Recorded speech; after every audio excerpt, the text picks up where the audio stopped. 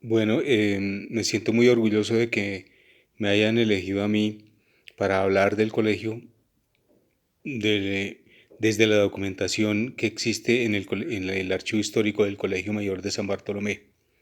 Los jesuitas no vienen a Colombia directamente, sino que se- Santa Fe, en ese tiempo no se llamaba Bogotá, estoy hablando de 1589, eh, cuando cruzaron por primera vez hacia Lima, Perú. No lo hicieron porque tuvieran necesidades de venir aquí o que conocieran o que tuvieran muchas expectativas con respecto a esta tierra. Lo hicieron para cruzar a Lima, que era un virreinato muy grande que se llamaba el Perú, y esa situación hacía que pues desembarcaran en Cartagena y río arriba por el Magdalena llegaran a Bogotá y caminaran hacia Popayán. Entonces, y después a Quito y luego a Lima. Entonces, los jesuitas vinieron en 1589 la primera vez a Bogotá, después volvieron en 1592, después en 1599 y después en 1602. En 1602 adquieren unas casas donde hoy día queda la plazoleta de Camilo Torres, y en 1604 fundan el colegio que fue el colegio máximo, el 27 de septiembre. Eso fue en 1604. Después hubo otra fundación que es la del 5 de octubre, cuando el colegio se llamó Colegio Seminario de San Bartolomé. En 1613 o 1612 inicia el estudio de la medicina, es decir, que aquí era este colegio era un colegio universitario. Entre 1600 y 1660, entre 1650 y 1667 se crean las becas reales y por tal razón el colegio se llama Colegio Real y Seminario de San Bartolomé. En el colegio se instauraron varios tipos de becas. Uno que es la que ya dije, que es las becas reales, otra las seminarias que las pagaba el arzobispado, las becas reales las pagaba el rey o el virrey o los servidores del rey, las becas de oficio y las becas creadas. Todas eran para que los estudiantes estudiaran gratis, es decir, que el colegio era público.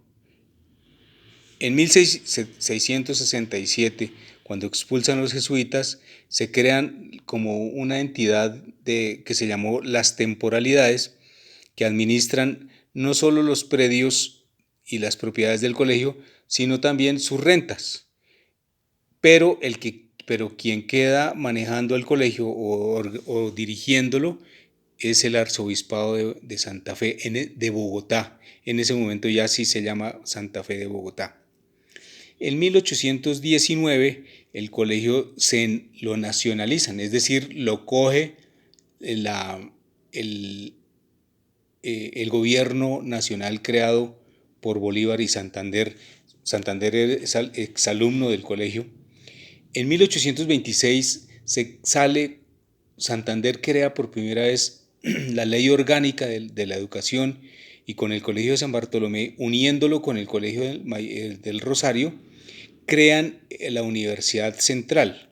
Esa universidad funciona, no se sabe bien todavía, hasta 1840 o 1842, y entonces cierran esa universidad, los colegios otra vez vuelven a ser independientes, pero esa independencia les dura muy poquito porque crean otra vez con esos dos colegios, el Rosario y el San Bartolomé, la Universidad del Primer Distrito. A Colombia, ya separada de Venezuela y de Quito o Ecuador, eh, entonces la dividen en tres distritos. Bogotá, Santa Fe de Bogotá es uno, Cartagena es otro y Popayán otro. Bogotá, desde aquí, desde Bogotá, se organizó la educación de los otros dos distritos. En 1887, en 1867, luego de que los jesuitas habían vuelto dos veces y ahí dos veces habían sido expulsados, entre 1540 y 1560, 1840 y 1863, en 1867 Santos Acosta, un gran presidente, honestamente, que crea la Universidad Nacional y a la vez crea el Archivo General de la Nación, que en ese tiempo se llamaba Archivo Nacional, eh, con estas dos visiones culturales y educativas, hizo su gobierno, o es muy recordado su gobierno.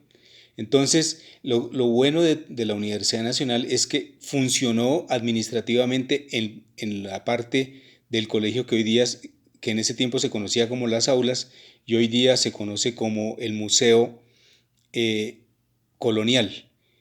Entre 1800 y 1800, y también en el colegio donde estaba funcionando en este momento, funcionó el departamento de lingüística, filosofía y jurisprudencia. Entonces eran como dos facultades muy importantes en ese momento. Eso dejó de funcionar ahí cuando trasladan a la Universidad Nacional hacia otros lugares entre 1884 y 1885. El colegio se lo devuelven definitivamente y desde ese momento lo tienen los jesuitas en 1887. Ahí ya el término bachillerato cambia. Ya, no, ya deja de ser bachiller, ya deja de ser un término para designar una profesión o un profesional y se pasa a ser educación media, como hoy día lo conocemos. El bachillerato se lo inventó un francés, Napoleón Bonaparte. En 1920 comienza a cambiarse el colegio, la construcción colonial se empieza a cambiar y empiezan por la parte trasera donde quedan hoy día los parqueaderos y todo lo que concierne por la calle Novena hasta donde queda el Torreón, que fue levantado en ese mismo momento y inaugurado entre 1929 y 1930. En 1940 el colegio cambia de sede porque entrega el edificio al gobierno y tiene que irse y funciona por un tiempo no tan largo en la hacienda que se conoce hoy día como el Colegio de la Merced. Entonces ese tiempo entre el 40 y el 53 funcionó allá. En el 53, entre el 50 y el 53, construyen la plazoleta de Camilo Torres y en 1953 la inauguran. Ese mismo año, en 1953, el colegio pasa a ser un colegio fundación, tal cual como se denomina hoy día, y funciona de una manera, como diría, entre pública y privada. El gobierno da ciertas cosas, los jesuitas o la comunidad jesuítica da otras cosas y se permite funcionar. Eso a cuentas cerradas lo que hace es que el colegio jamás se vaya a cerrar, jamás. Muchas veces han querido cerrarlo, pero muchas veces, y nunca lo han podido lograr. ¿Por qué? Porque tiene muchas variantes. Es propiedad del gobierno, es propiedad de los jesuitas, y esa ambivalencia hace que el colegio se mantenga y tenga ya y cumpla ya 417 años. Muchas gracias.